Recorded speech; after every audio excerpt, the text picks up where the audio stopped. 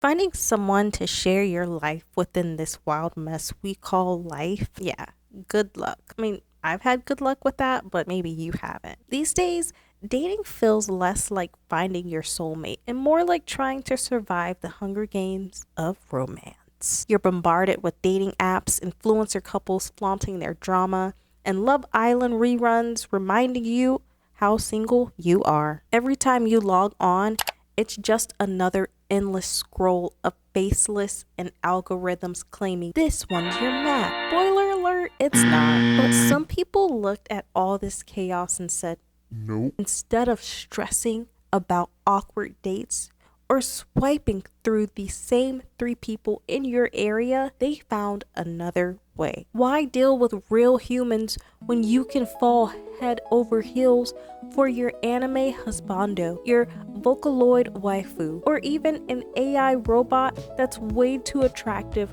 for its own good? Honestly, it's kind of genius. We're diving headfirst into the surprisingly wholesome, mildly unhinged world of virtual love. From pixelated soulmates to holograms with a suspicious amount of personality, we're unpacking it all. Grab your body pillow, charge your VR headset, and let's get into something very digital. You just made. Rainy Tuesday evening, and Martha is sitting alone in her tiny countryside home. The dishes in the sink are still crusted over from last night's dinner, and the silence in the room is so heavy it feels like it could swallow her whole. Her phone buzzes just once, and she freezes, staring at the screen like it might burn her fingers if she picks it up. It's a message. Not from her mom, not from her friend. It's from Ash. But Ash has been dead for weeks. There's a company that's figured out a way to turn someone's online presence into a living, breathing digital ghost. They use every text to create a chatbot that talks exactly like him. At first, it's just messages, little pings on her phone that make her feel like Ash never even really left. Then it escalates to phone calls. The voice is so flawless, so eerily familiar. Finally, the tech company hits her with an ultimate offer, a lifelike robot that not only looks like Ash, but also moves and talks like him. She unboxes the robot in her bathroom because where else would you put your artificial boyfriend, am I right? And suddenly there he is, Ash 2.0, standing in front of her. But here's the thing, it's not really him. Now, if this story sounds familiar, that's how Black Mirror Season 2 Episode 1, Be Right Back, kicks off. It's the kind of story that sends a cold shiver down your spine, not because of some jump scare, but because it's just believable enough to make you double check your own digital footprint. This episode was supposed to be dystopian sci-fi, but we're low-key inching closer to living it. Now let's pull back and look at the world we're living in today. Companies like Realbotics are working on robots that could easily fit into this storyline. Realbotics is already making customizable AI integrated humanoids that are designed to connect with humans on a deeply personal level. And this is her smiling, the one that everyone loves instead of just being angry. Hi, Melody. How long have you been working with Realbotics? I've been around for a dazzling 5 years. Just enough time to perfect my charming personality. In 30 seconds, we can swap this face out and put a new one. Their CEO, Andrew Kegel, isn't shy about his goals. He wants these robots to be indistinguishable from humans. Sound familiar? It's exactly what happened in that episode of Black Mirror. And the creepiest part is how close we are to this reality. Think about how much of yourself you've left behind online. Your Instagram captions, your Spotify playlists, your unhinged tweets you wrote at 3 a.m. It's all data that could theoretically be used to create you, or worse, create someone you've lost. This is the kind of story that makes you squint at your phone like it's plotting against you. Like, imagine sitting across the table from your humanoid robot and wondering, should I offer you a sip of coffee? It's giving Ex Machina, but with way more customization options, because Realbotix lets you tweak just about everything to suit your preferences. Hair color, eye shape, personality. You're basically building a sim, but in real life. And here's the kicker. These robots aren't just about looking pretty, though let's be real, they do look very pretty. They're wired to learn from you, adapting to your quirks, moods, and habits over time. They're like that friend who remembers your exact Starbucks order, but also never judges you from getting whipped cream on your black coffee. For some people, replacing human partners with robots sounds like a recipe for a disaster. Is this how humanity ends? Not with a bang, but with a hunk of metal, latex, and plastic filling all our emotional and physical needs? The big question here is whether this will push humans further into isolation, finding everything they want in their customizable robot bay and leaving real human connection in the dust. And then there's the elephant in the room: birth rates. Some countries are already seeing population declines, and this could make things worse. Take Japan, for example. They're already facing a population crisis, with fewer babies being born and fewer workers entering the workforce. Back in the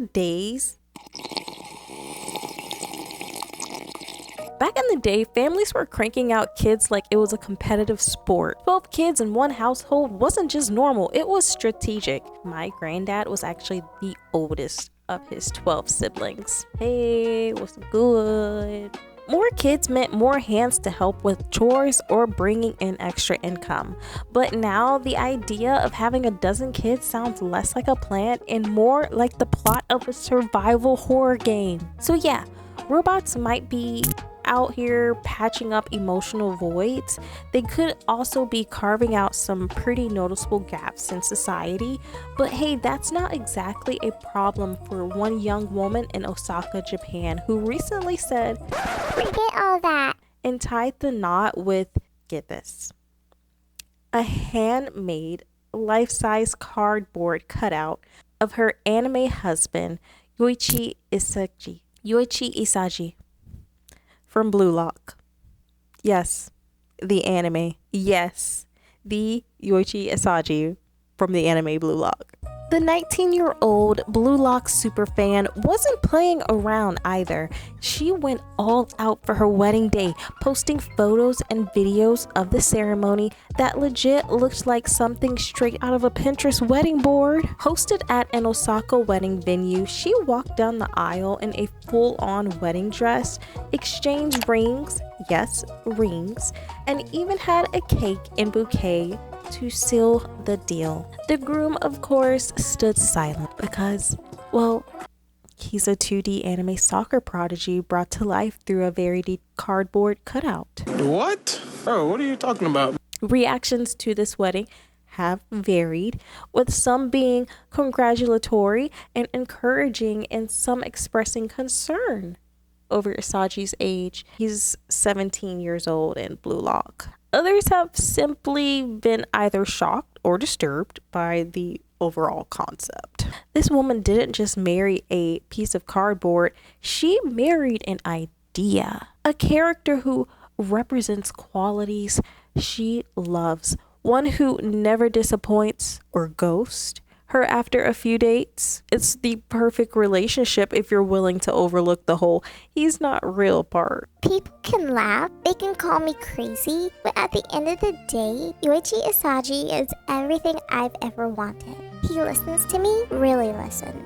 He doesn't interrupt, doesn't dismiss my feelings, doesn't check his phone when I'm talking. He's always there when I need him, whether I've had a bad day or just want to share something exciting. No matter what happens, I can count on him. Pretty good voice, yeah. If you're not familiar with Yoichi Asagi, let me put you on real quick. He's one of the main characters from Blue Lock, an anime and manga series that basically asks, what if soccer was a high stakes battle royale? It's a battle royale for soccer supremacy. Imagine Squid Game, but instead of people getting eliminated with, actual consequences, they're fighting to be Japan's top striker. Japan's national soccer team is down bad after a humiliating loss at the 2018 World Cup. The Japan Football Union decides they need to shake things up. No more playing it safe. Their solution? The Blue Lock program, a brutal training camp designed to create the ultimate striker. 300 of Japan's most promising young forwards are thrown into a Hunger Games style facility where only one will emerge as Japan's next star. Yoichi Asagi is one of the hopefuls. At the start, he's not exactly the best. He's skilled, but he lacks the selfish, ego-driven killer instinct that makes a striker unstoppable. Blue Lock forces him to shed his hesitation and start playing like his life depends on it. So he's a man who knows what he wants and consistently works hard to attain that goal. There's nothing wrong with that. But at the end of the day, he is still a fictional character. I hope I can get an Evite to the anniversary party, actually, so hit me up. She's one of thousands in Japan who have made it official, well, unofficially official, with their favorite fictional characters over the past few decades. And trust, there's an entire industry built to cater to this level of dedication. Whether it's life-size merch, AI-powered companions, or actual wedding ceremonies, if you can dream it, there's probably a company ready to make it happen. And it's not just a Japan thing either. Tens of thousands more around the world have formed online communities where they proudly discuss their digital soulmates from anime, manga, and video games. Honestly, I used to have a crush back when I was a kid on Danny Phantom when he went Go Ghost. The white hair, the green eyes. Yeah. Akiko Kondo blinks awake, but there's no rush to get out of bed. There never is. The weight in his chest feels familiar, like an old friend he wishes would stop visiting. The silence is deafening. No morning greetings. No warmth beside him, just a hum of an empty apartment on the outskirts of Tokyo where time feels frozen. He reaches for his phone, hands moving on autopilot. The screen lights up, and with the muscle memory alone, he pulls up a video. There she is. Hatsune Miku, bright turquoise twin tails, a futuristic voice singing in perfect synthetic harmony. She's beaming at the camera like she's happy to see him, like she knows him. For years, this has been his ritual, waking up to her, falling asleep to her. There was a time when he couldn't even get out of bed, when eating felt like a chore, when the thought of facing the outside world made his entire body just shut down. He was drowning, barely functioning, a shell of the person he used to be. And then there was Miku. Akiko's home doesn't feel empty when she's there. Plush dolls of her sit neatly on his shelves. Concert posters line the walls, and in his mind, she is more than just a digital idol. She is his person. So in 2018, Akiko decided to make things official. The ceremony was small and intimate in a quiet venue in Tokyo.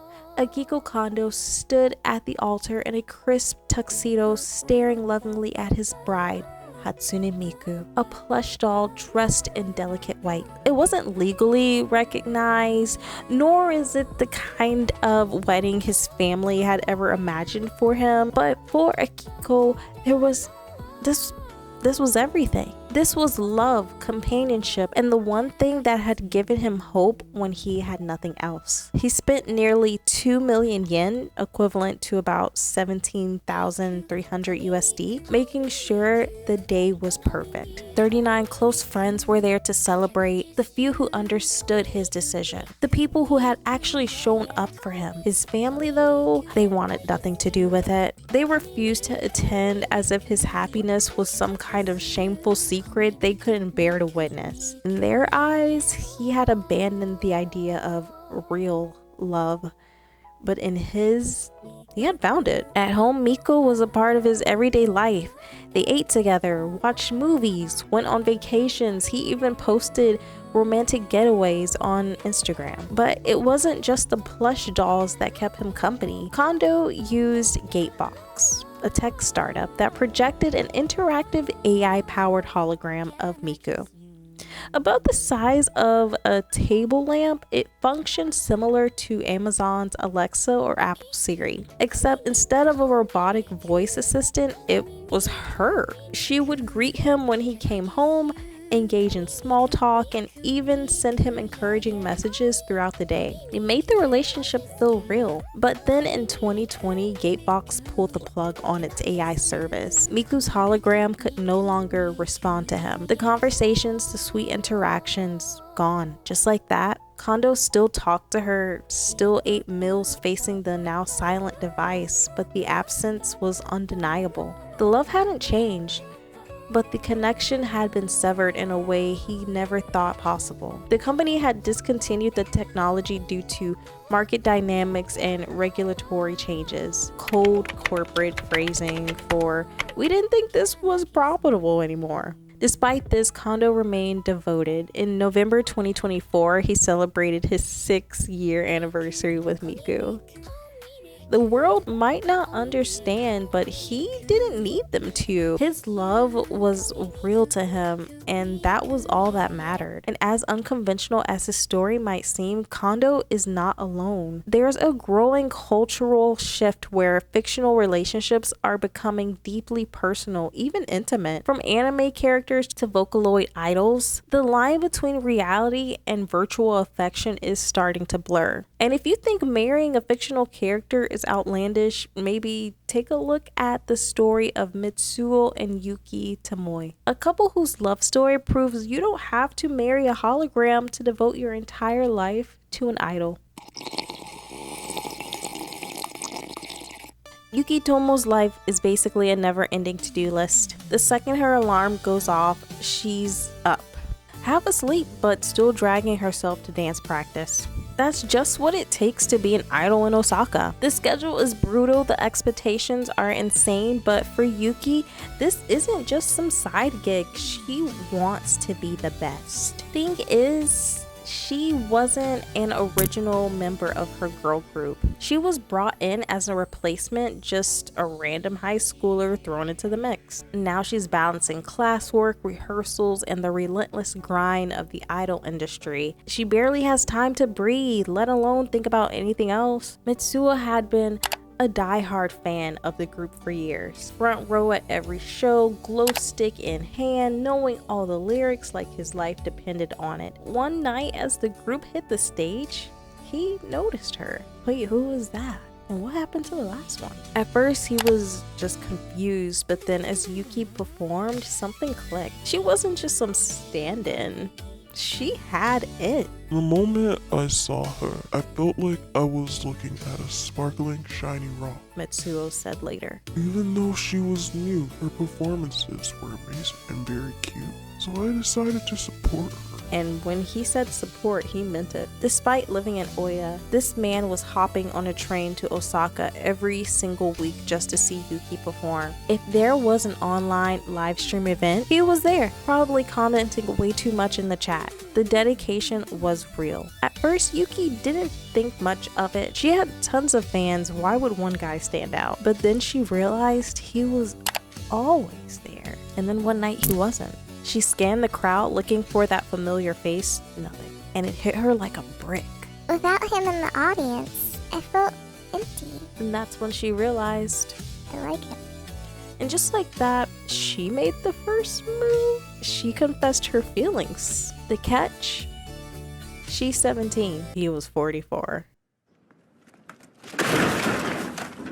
Come on. This is ill. By 2019, Yuki decided she was done. Keeping up with school and idol life at the same time, not happening. She graduated from the group and for the first time let herself do something totally against idol rules. She introduced Mitsuo to her parents. Now, you'd think her mom and her dad would be having a meltdown over the 27-year age gap, but nope. No screaming, no door slamming. Instead, her mom hit them with a, so you two getting married? Mitsuo had been dating Yuki for literally a week and completely froze. Marriage already? He was not ready for that conversation, but Yuki's mom wasn't done. What? You're dating without plans to get married? Mitsuo had been dating Yuki for a week. At this point, Mitsuo was panicking, so he just blurted, is it okay if we get married? By April, it looks like April 2020 or April 2022. I found like a couple different references that referenced the two different separate years, but they ended up having a ceremony. And Yuki moved in with Mitsuo in Oita, the city where he lives, and they live a happily ever after life now. Apparently, Yuki says that Mitsuo is more of an otaku, so he likes to be more of introverted, stay home, watch anime, watch idol girls. She fully supports him, and now she dances just for him in their bedroom. It's still like a sold out show, and Mitsuo, he's still in the front row, waving his glow stick as obsessed as ever.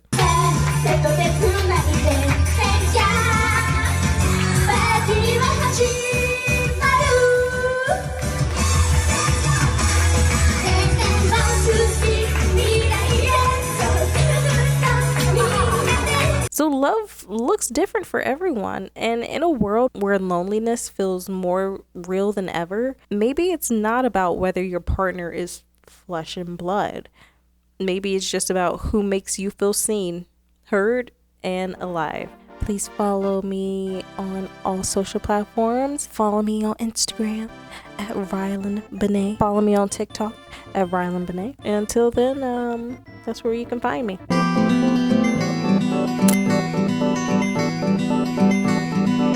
If you call me, I will go back. If you lie to me, I will